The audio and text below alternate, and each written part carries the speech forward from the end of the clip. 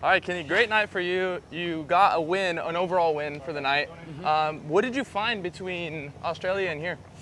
Honestly, I'm just clicking around with the bike a little bit. I've only had about a day to test with our new suspension guide that we had, so it's definitely a very different style of dampening than what I'm used to. So it just, you know, when I first go on the track, it just feels a little bit foreign to me. And this weekend, I did a lot of laps in practice and just clicked around a little bit and got it to where I, you know, at least the right direction. Like I definitely have to go back and do a bit more testing, and we don't have much time before Anaheim. So a little bit tough position to be in, but I'm just happy to kind of finish this on a high note a little bit. You know, it would have been sucky to finish this off on a crappy note. So I'm definitely stoked. You know, we didn't get the championship, but just finishing it off with an overall win, I'm definitely a lot more happy.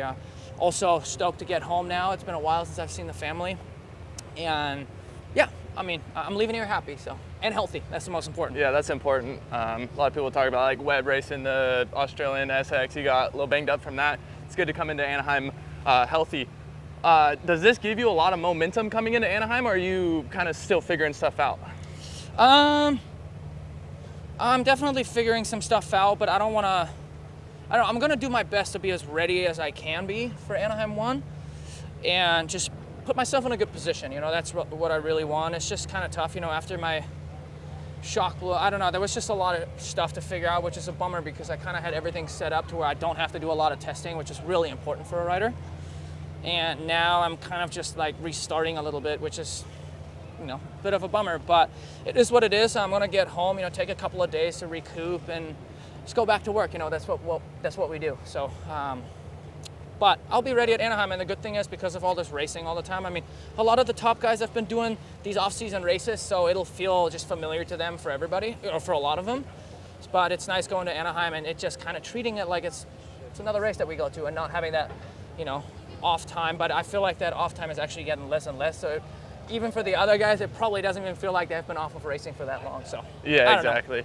Try not to overthink it. Yeah, definitely.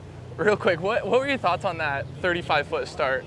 Was there any sort of technique to that, or was it just kind of try to guess the gate as best you can? Well, yeah, you got to come out of the gate, and there's no shifting. It's just very strange. You know, this is just not. When, especially with how tight it is, it's really hard to pass, and I'm actually pretty stoked.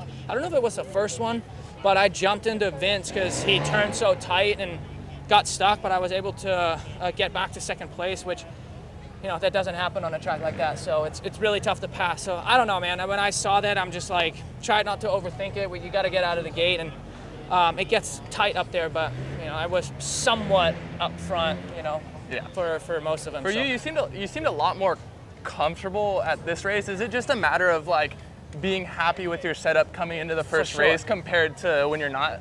Yeah, 100%. Just being familiar with the bike a lot more. Like when things are right for me, I can be really good. But when things are not quite right, I freaking suck. You know what I mean? So it's like kind of that way. So I feel like I could just be a lot more aggressive once I figured out my clickers.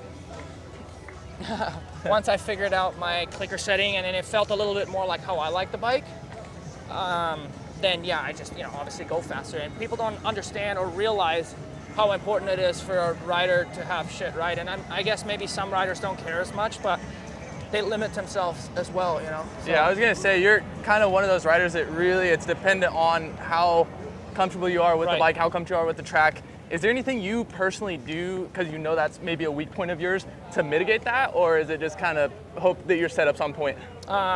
Test until I feel like it's right. And I'm not, it's never perfect, but I do know what it has to feel like for me to be in a spot and be in a window where it doesn't matter if I go to a tacky track or hard pack track, like just be in a spot that I don't have to do massive changes or massive swings, and I know exactly, and I've been there in the last couple of years, you know, I found that, so I know that it is there, you know, but I just, the hard part is getting there sometimes. But no, I'm fully aware that the bike can't be perfect by any means, so it's just, I think everybody likes a certain, I guess, bike characteristic style or dampening style that they gel with, and I know mine, and that's what I strive for, and that's what I look for. So until I get there, then I can be really good and be in a comfortable spot and be confident. And if it's not there, the difference is just that big sometimes, you know? Gotcha. And I don't know, Eli might have his bike set up that he's ridden for a freaking long ass time and might just be comfortable. I've ridden it on a bunch of different tracks. And yeah, that makes a massive difference. You know?